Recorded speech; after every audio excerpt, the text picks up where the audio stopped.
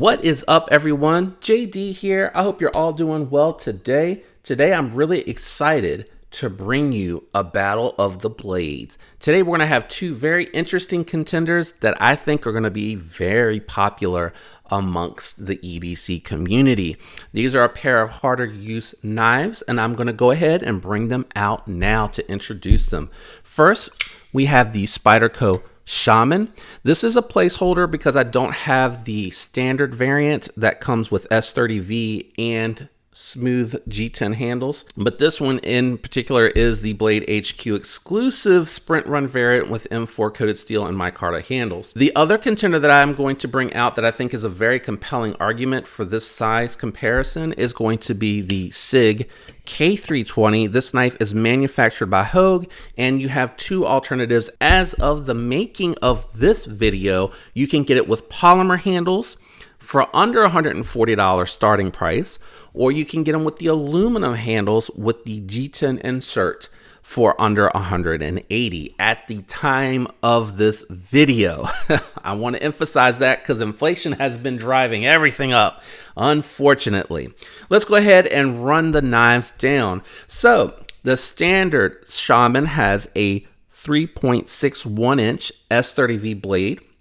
The SIG K320 has a 3.5 inch S30V blade. Both have a coated blade, but you can get a uncoated blade for the Shaman through any retailer. You can get the polymer version of this knife with an uncoated blade through Knife Center. I do not know of any other dealers that have the uncoated blade option. If you prefer the stone-washed blade, you would have to get that at Knife Center, and you would only be able to get that with the polymer handles. Now, these both have a very nice finger choil to them. They both have fantastic edges from the factory. Let me go this way. I really like the edges on both of them. They're very slicey. They seem to be done very well. They hold up nicely. They're easy to maintain by stropping after use. They're easy to put the edge back on should you chip or dent an edge. Very easy to maintain. Good corrosive resistance.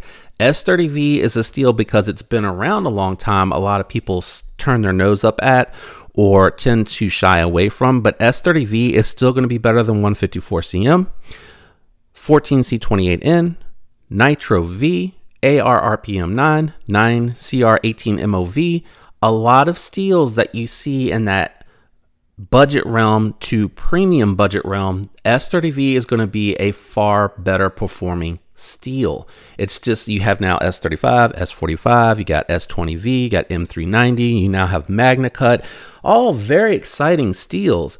But S30V is still going to be an awesome EDC steel because it's going to hold an edge forever. It's going to take a screaming sharp edge. It's going to be easy to maintain. It is corrosive resistant. Additionally, the heat treats from these two companies are really good. Spyderco has been doing excellent heat treats for as long as I care to remember. They had a bad reputation like 5-6 years ago for their heat treat, and they said, we'll give you what you want, and they have done it consistently ever since. The best heat treats you're going to find, better than a Riot, better than a ZT, better than ProTech. I mean, their heat treat is high, their steel comes hard and holds an edge. It is amazing heat treat. Hogue is doing good heat treats as well, and I even see after they immediately released the Deca and Magna Cut, and it was reported that it was at 59, 60, 61, they turned around and released the Doug Ritter at 64. So Hogue's another company that values community feedback. Also, Hogue used to red Loctite, so did Spyderco. Both companies used to red Loctite. They didn't want you to mess with the knife, and the community was like, we want to maintenance our shit. Stop doing that. They listened, and they're like, fine, regular maintenance, no issue. Long as there's no heavy modifications, we'll continue to honor the warranty. That's all you can ask for from a production company that is making solid knives. I know I went way off from talking about the blade all into that information, but I think it's good to have that context about these companies, why they're so great and why they're worth the money, and they're US manufacturers on top of all of that. People are going to tell you that stuff is overpriced. Absolutely not. Now let's get back to these two knives.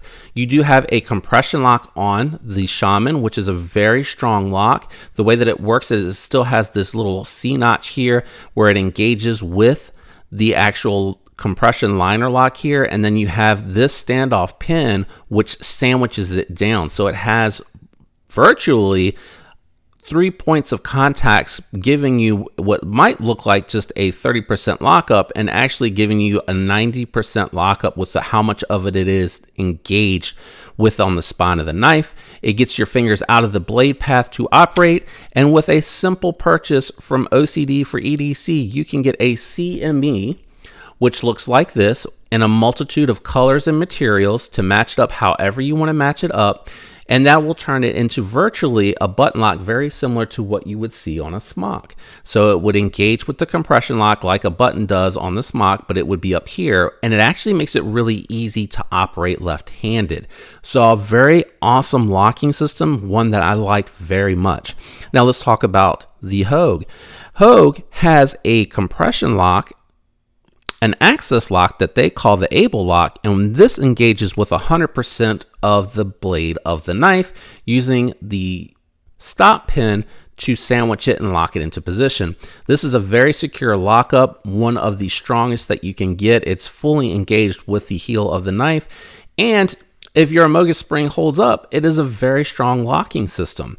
I have this knife and the predecessor, the one that I had the polymer before I upgraded to the aluminum, had no issues with the Omega springs. The Deca, after almost a year, made it like 8 months, one side broke. They had it back to me in 3 weeks. Inside of 3 weeks. It was like 2 and 3 days or something like that. Really fast response. I keep some extra Omega springs just in case. I got the ones off of Etsy that are a little bit thicker and stronger, and I mean just a micrometer thicker, just to give it that extra strength. And that really does make a difference as far as how it performs. It feels stronger. Now, one thing that I will say, I don't know if they do anything different with the size of the spring, but this spring feels stronger than it did on the Deca. The Deca felt a little bit more lightweight. Maybe they've changed it. I don't know. But both have excellent locks that I like very much. Now, if you talk about ergos, there's some differences here. Both have very nice contouring in the back, which means it nestles into the hand very nicely regardless of the hand position. So it goes right through to the palm, makes a lot of contact, and feels like it's really locked in regardless of which knife you're talking about. Now, the jimping on the Shaman is really well done, very sharp. It feels like it would work well barehanded or gloves, but it is a little bit hot. But I do like it a little bit better than the location of the jimping and the actual jimping that is on the SIG. This is a little bit smoother and a little bit toned down and a little bit far back, especially if you're trying to do some detail work. I feel like I'd like to be out here. So I wish they would have thrown some jimping right here on the back of the spine. I think that would have gone over like gangbangers. Finger choil is a little bit more generous on the Shaman than it is on the SIG. So is the handle length, so you have more room. But even myself having as large a hand as I do, this choil works really well for me, and this grip works awesome. I feel like I have plenty of space in the back. I can move back if I need to, and I am able to have just a little bit left over past my pinky, whoops, for that particular need. The other thing that I'll talk about as well is that they both have 4-way reversible pocket clips. Now, the Shaman has more of what I would call a tactical pocket clip because it leaves a lot of the knife exposed so that you can get to it really quickly if you're wearing gloves, like if you're at the range, or if you have, shooting gloves or gloves to protect your hand if you're in the field working out like in a farm. Whereas the Hogue has a deep carry pocket clip, but what they've done is they've added these little ramps here to give you some grip. So when you go in to reach for it and you go to grab it, even though it's a smooth material, your glove or your finger is going to snag it, and then you have enough G10 on the thumb to where you're going to get a really secure grip, and you're going to be able to rip it right out of the pocket, which is awesome. Great job on the pocket clips for both, and the fact that you have satisfied the desire of someone that is tip up, tip down, left-handed, right-handed, especially because you have an ambidextrous lock, is awesome. Weight. You're talking about aluminum 5.3 ounces. The polymer version of this knife, you're talking about 4.8. It's funny because the Shaman at 4.9 or 5, depending on which knife you weigh, is right in between the two sizes, but they're very similar. They feel very similar in weight and in pocket. In all honesty, that weight really does make these feel premium and substantial in the hand. I really like the way that these feel. Now, which one do I recommend? That's the $1,000,000 question. I guess depending on what you like. If you're afraid of the Omega springs and you're worried about them breaking and you don't know how to maintenance your knife, the compression lock is going to be virtually worry-free. And again, because you're talking about a knife that costs under $180 versus if you get the satin, you're talking about $210. They're close enough in price where I think you could justify paying a little bit extra for the Shaman. Both made in the USA, both by reputable manufacturers, both have excellent build qualities. There's some styling difference, so if you like this a little bit more for an EDC and it looks a little less tactical, you could go this route. I understand that this knife probably has a little bit more of a tactical look to it, but it's still a very good looking knife. You could not go wrong with either one of these knives, hence why I own both. I have both in my inventory because I love both these knives. I alternate between the two of them. Well, the one that I've modified with the satin finish, because that's the one that I've been using the most. I'm trying to preserve this one so I don't use it as often, but I do tend to grab those when I want something that I know where I'm going to be doing cutting a lot, or I'm going to be cutting stuff for a long time, because they're so comfortable and they perform so well, and I know that they're going to strop up easy when I'm done. So you cannot go wrong with either one of these knives.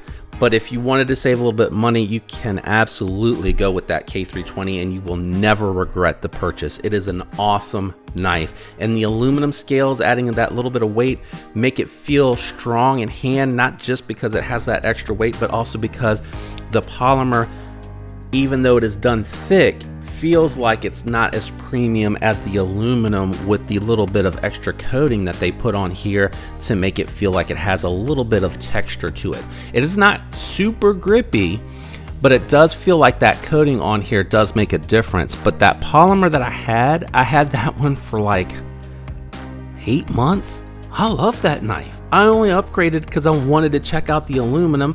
And when I got the aluminum hand, I just liked it a little bit more. And I mean, you're talking very minor. That polymer knife is done real well.